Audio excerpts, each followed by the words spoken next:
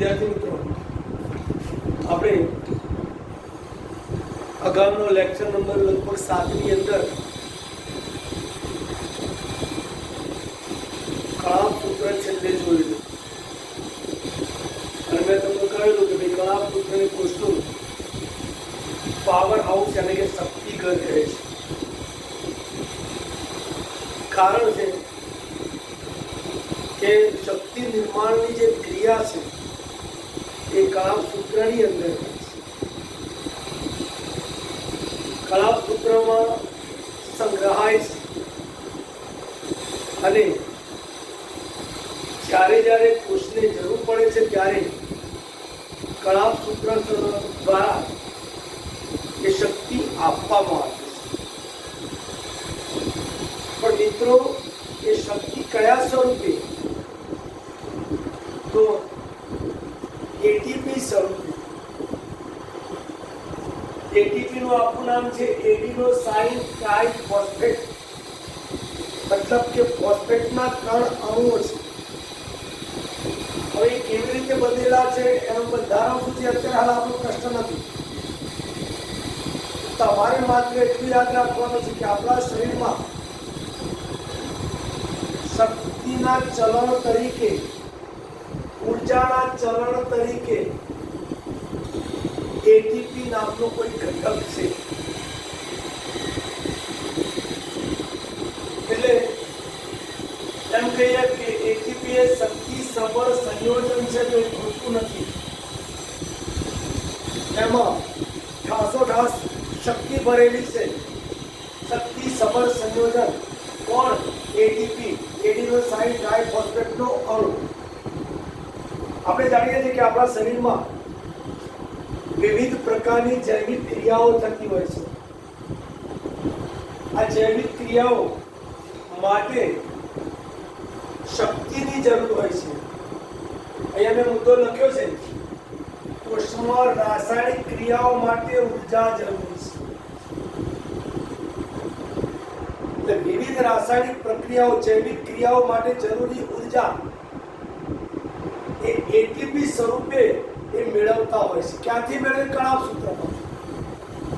પણ ટૂંકમાં કોષમાં રાસાયણિક ક્રિયાઓ માટે ઉર્જા જરૂરી છે અને એ ઉર્જા એટીપી સ્વરૂપે ઉપયોગ થાય છે. એટલે જ્યાંથી બી મળે ત્યાંથી પણ એટીપી સ્વરૂપે એનો ઉપયોગ કરે છે. પણ આપણને પ્રશ્ન થાય કે એટીપી સ્વરૂપે ભલે આપણે ઉપયોગ કરીએ છીએ, પણ આવે છે ક્યાંથી?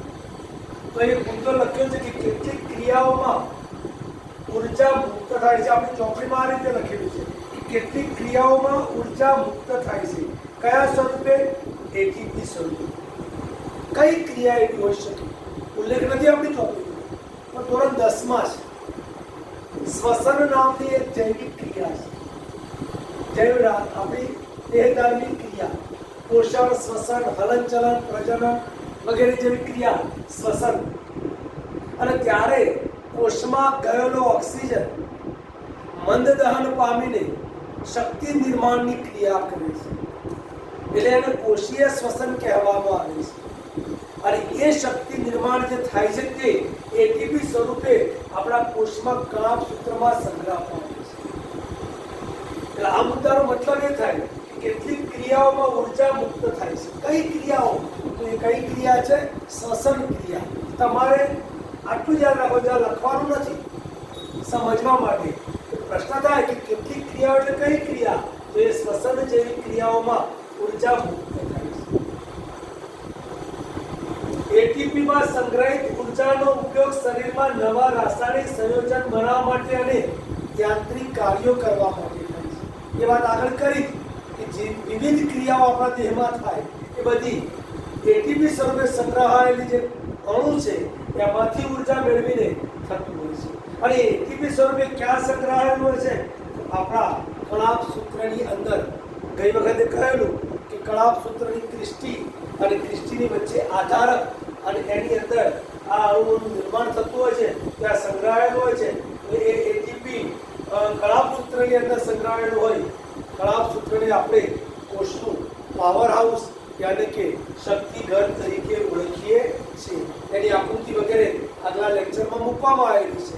ફક્ત તમારે એટલું જ યાદ રાખવાનું છે, એટીપી એટલે એડિનોસાઇન ટ્રાઇફોસ્ફેટ, એટલે કે ફોસ્ફેટના 3 અણુથી બનેલી રચના, જે શક્તિનું ચલણ છે.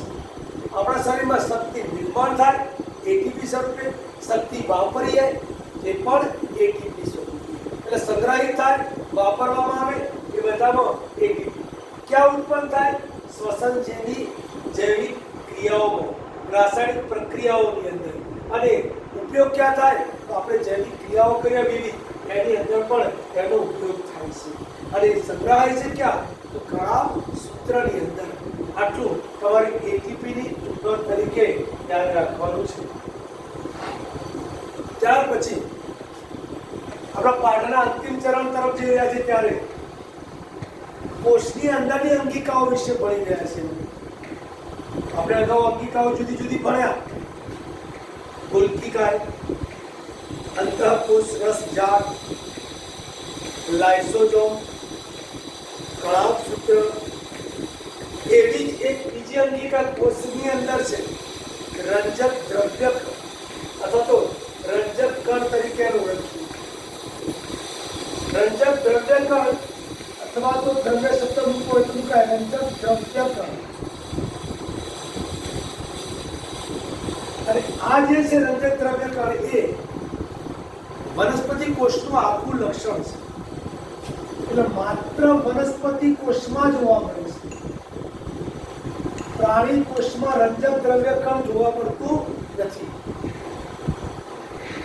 જ્યારે આપણે પ્રાણી કોષથી અને વનસ્પતિ કોષનો તફાવત લખતા હોઈએ ત્યારે આ મુદ્દો લખી શકાય કે રંજક દ્રવ્ય કણ.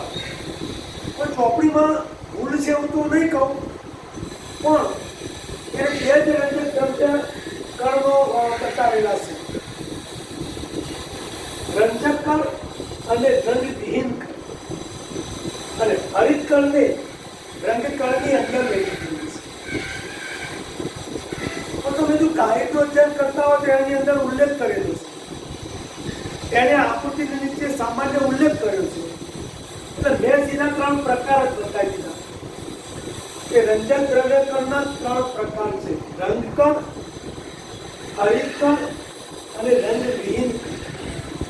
ચોપડીમાં અને ગાઈડમાં જે આપેલું છે બધાનું તાત્પર્ય આ છે, અર્થઘટન આ છે કે રંજક દ્રવ્ય કણ 3 પ્રકારના છે, રંગકણ, હરિતકણ અને રંગવિહીન કણ. મેં તમને કીધું કે રંજક દ્રવ્ય કણ એ વનસ્પતિ કોષનું આખું લક્ષણ છે, એટલે પ્રાણી કોષમાં જોવા મળતા નથી. રંગ, તમે વનસ્પતિને જુદા જુદા રંગની જોઈ શકો છો. લીલો રંગ, તો ખાસ કરીને જે લીલો રંગ છે વનસ્પતિનો એ હરિતકણના આધારે છે, જે ક્લોરોપ્લાસ્ટ નામનું રંજક દ્રવ્ય ધરાવે છે. એને ક્લોરોપ્લાસ્ટ, હરિતકણનું નામ બીજું અંગ્રેજીમાં ક્લોરોપ્લાસ્ટ તરીકે ઓળખવામાં આવે છે. અને સોરી, એ લીલા રંગનું રંજક દ્રવ્ય ધરાવે છે. આ એનું નામ છે ક્લોરોપ્લાસ્ટ. હરિતકણને અંગ્રેજીમાં ક્લોરોપ્લાસ્ટ કહીશું, જે લીલા રંગના રંજક દ્રવ્ય ધરાવે છે. જેથી વનસ્પતિનો જે મેક્સિમમ ગ્રીન રંગ છે, લીલો રંગ, એ ક્લોરોપ્લાસ્ટ એટલે કે હરિતકણને આપવામાં આવે છે. અને એનું મુખ્ય કાર્ય વનસ્પતિની અંદર પ્રકાશ સંશ્લેષણની ક્રિયા કરવાની, જેને આપણે કહીએ કે ક્લોરોફિલ ધરાવે છે. એ ક્લોરોફિલ એ ક્લોરોપ્લાસ્ટ ધરાવે છે અને એના થકી એ પ્રકાશ સંશ્લેષણની ક્રિયા કરે છે. કદાચ તમે સૂત્ર સાંભળ્યું હોય, CO2 + H2O gives C6H12O6. એ સમીકરણ એ પ્રકાશ સંશ્લેષણની ક્રિયા થકી શક્ય બને છે. ખોરાક નિર્માણ થાય છે, ગ્લુકોઝ નિર્માણ થાય છે, પણ એ કોને આભારી છે? હરિતકણને આભારી છે. એવા આ હરિતકણ અને રંગકણ એ બધું ચોપડીમાં એકમાં જ આપ્યું છે, પણ આપણે અહીંયા ડિવાઈડ કર્યું છે. રંગકણ એટલે હરિતકણ, લીલા રંગ સિવાયના કેટલાક કણો જેને ક્લોરોપ્લાસ્ટ, ક્રોમોપ્લાસ્ટ તરીકે ઓળખવામાં આવે, આ રંગકણ માટે છે. અને એ કેવા? ઝેન્થોબિલ, કેરોટીન જેવા પીળા રંગના અને નારંગી રંગ જેવા ઘટકો ધરાવતા હોય છે. જે કેરોટીન, ઝેન્થોબિલ એ જુદા જુદા રંગના હોય છે. મેં રંગ કીધા, પીળા અને નારંગીનો ઉલ્લેખ ગાઈડમાં કરવામાં આવ્યો છે. પરંતુ જોવા ક્યાં મળે? તો કહે છે કે આવા રંગીન રંગકણ, ક્રોમોપ્લાસ્ટ પુષ્પની અંદર, ફળની અંદર અને બીજમાં જોવા મળે છે. એટલે તમે સમજી શકો છો કે ફળોનો, પુષ્પનો અને બીજનો લીલા રંગ સિવાયનો જે રંગ હોય છે એ આવા રંગકણ yani કે ક્રોમોપ્લાસ્ટને આપવાનું છે.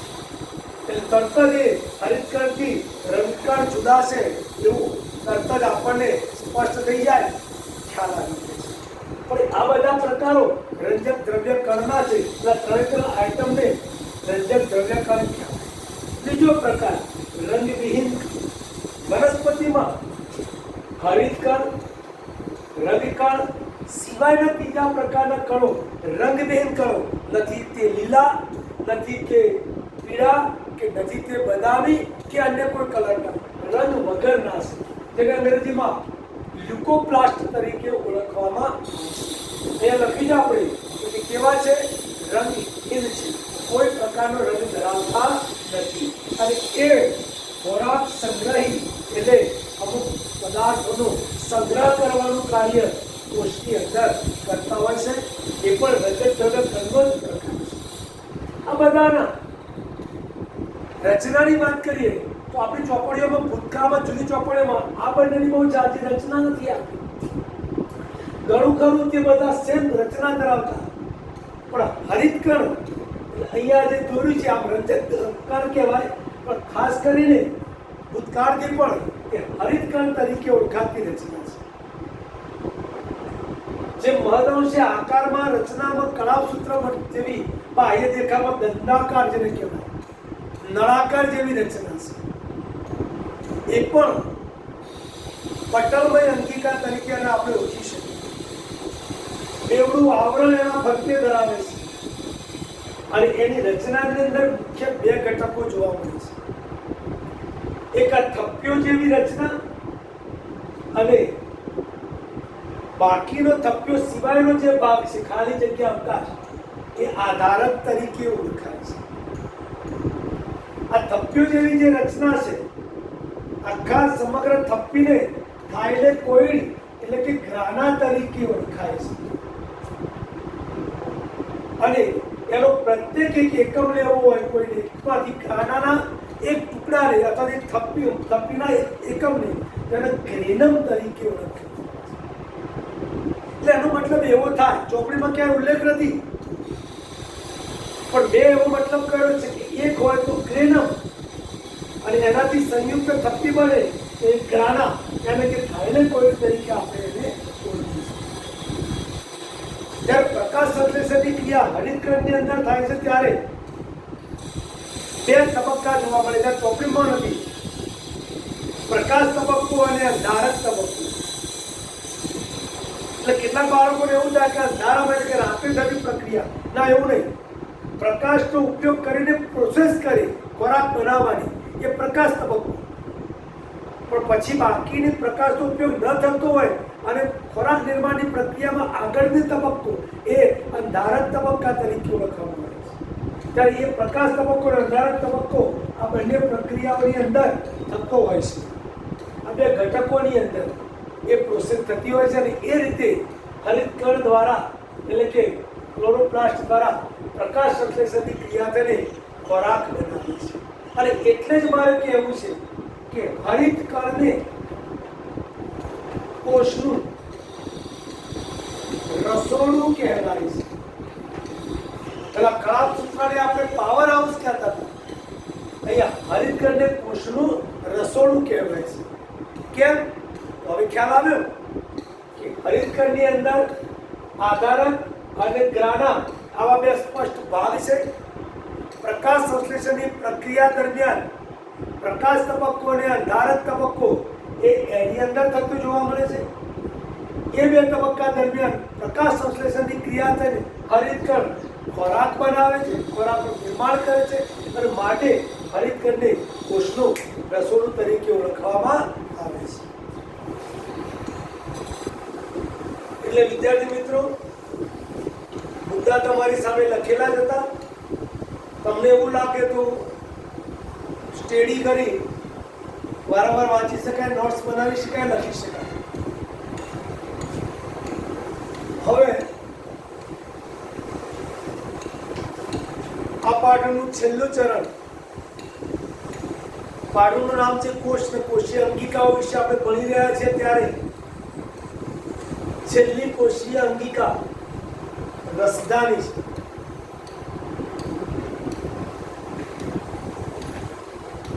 જેમ આપણે રંજક દ્રવ્ય કણની વાત કરી કે જે ભાઈ વનસ્પતિ કોષનું આગવું લક્ષણ છે, એમ રસધાની પણ વનસ્પતિ કોષની ઓળખ છે એમ કહીએ તો ચાલે. હવે ઓળખ છે એમ કહું એટલે એનો મતલબ કે વનસ્પતિ કોષમાં છે, પ્રાણી કોષમાં નથી એવું નથી. પ્રાણી કોષમાં હોય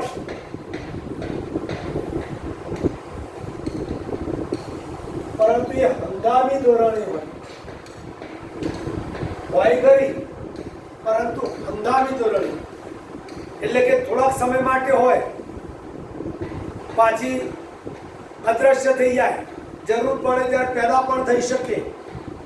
જરૂરિયાત પ્રમાણે એ પ્રાણી કોષમાં જોવા મળે. કદ નાનું હોય, મોટું કદ વનસ્પતિ કોષમાં જોવા મળે. એટલે ઓળખ છે એવું એટલા માટે કહ્યું કે વનસ્પતિ કોષની અંદર રસધાની લગભગ 50 થી 90% જગ્યા રોકે છે. ઓબ્જેક્ટિવમાં કદાચ કોઈ વાર પૂછાઈ જાય, રસધાની એવડા મોટા કદની હોય છે કે જે 50 થી 90% કોષનો અંદરનો ભાગ રસધાની દ્વારા રોકવામાં આવે છે. આપણે બે કોષ બતાવવામાં આવે, એક વનસ્પતિ કોષ અને પ્રાણી કોષ, અને બંને ખબર નથી કે કયો વનસ્પતિ કોષ છે કયો પ્રાણી કોષ છે. પણ અંદર રહેલી રસધાનીના કદના કારણે આપણે ઓળખી લઈએ કે આ વનસ્પતિ કોષ છે અને આ પ્રાણી કોષ છે. ઘન અને પ્રવાહી, ઘન પદાર્થો, પ્રવાહી પદાર્થો, ઘન પ્રવાહી પદાર્થોનો સંગ્રહ થતો હોય છે. શામાં? રસધાનીની અંદર ઘન પ્રવાહી જેવા પદાર્થો ખોરાકના હોય કે પછી નકામા દ્રવ્યો ના હોય, વિસર્ગ દ્રવ્ય તરીકે, પણ એનો સંગ્રહ આપણી આ રસધાનીની અંદર થતો હોય છે. એની અંદર જે ઘન પ્રવાહી પદાર્થો હોય એમાં ખાસ કરીને એમિનો એસિડ શું જોવા મળે? એમિનો એસિડ, કાર્બનિક એસિડ,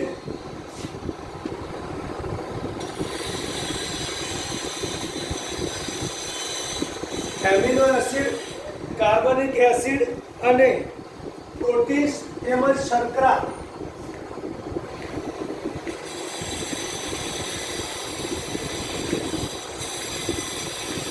જેવા ઘટકો રસધાનીમાં રહેલા છે. રસધાનીમાં ભરેલું શું છે? ઘન પ્રવાહી પદાર્થો. એ પદાર્થો આ સ્વરૂપ કહેવાય. કોઈ પણ એમિનો એસિડ, કાર્બનિક એસિડ, પ્રોટીન તેમજ શર્કરા જેવા ઘટકો એની અંદર જોવા મળે છે. જ્યારે રસધાની આ ઘટકોથી ભરેલી અને ફૂલેલી હોય ત્યારે કોષને રસધાની આસુનતા, બળણતા બક્ષે છે એટલે કે આપે છે. એટલે જેના કારણે કોષો કડક બને છે, ટાઈટ રહેશે, ફિટ રહેશે. તો આ વાત હતી રસધાનીની. પ્રાણી કોષની અંદર મેં તમને કીધું કે હંગામી હોય, કદ નાનું હોય છે, ઘણીવાર અદ્રશ્ય પણ થઈ જતી હોય છે. અમીબા જેવા પ્રાણીઓમાં રસદાની બાહ્ય ખોરાકને ગ્રહણ કરે, ધોરણ 10 માં આવશે આ ટોપિક. ખોરાક ગ્રહણની ક્રિયા અમીબાની અંદર પોષણની ક્રિયા, ત્યારે એ અન્નદાની રસદાની અન્નદાની સ્વરૂપે ઓળખાય છે. ખોરાકનો એ સંગ્રહ કરે છે અથવા તો ખોરાક મેળવે છે, એટલે અમીબા જેવા જલજ પ્રાણી જેને કહેવાય નિમ્ન કક્ષાનું, એની અંદર અન્નદાની સ્વરૂપે, કેટલાકની અંદર આકુંચક રસદાની તરીકે પણ એ ઓળખાય છે. આ આકુંચક રસદાની એ નિમ્ન કક્ષાના જે પ્રાણીઓ કહીએ, વાદળી જેવા અમીબા જેવા પ્રાણીઓ, એની અંદર જલ નિયમન માટે, એટલે કે પાણીના એના માટે વપરાય શબ્દ પાણીનું નિયમન, એટલે પાણી મેળવવું, પાણી છોડવું અથવા દૂર કરવું જરૂરિયાત પ્રમાણે, તે આકુંચક રસદાની દ્વારા એ પ્રક્રિયા થતી હોય છે. એ આકુંચક રસદાની એ બીજું કોઈ નહીં પણ આપણી આ રસદાની છે. મિત્રો, અહીંયા રસદાનીનો આ ટોપિક પૂરો થાય છે. આ બધા અંગિકાઓ વિશે આપણે ભણ્યા. એ બધી અંગિકાઓના અંદરથી નાના મોટા ટૂંકા પ્રશ્નો, તફાવત વગેરે અંદરથી બનાવી શકાય. તમે નોટ્સ બનાવો તો પ્રાણી કોષ વનસ્પતિ કોષનો તફાવત, કણાભ સૂત્ર હરિતગણનો તફાવત, અંતઃકોષ રસજાળ અને ગોલ્કી બોડીનો તફાવત, આવા અનેક તફાવતો આપણી રીતે આપણે લઈને એક નોટ્સનું નિર્માણ કરી શકીએ. તો અહીંયા આપણો 5મો પાઠ કોષ સમાપ્ત થાય છે. અસ્તુ. જય હિન્દ, જય ભારત.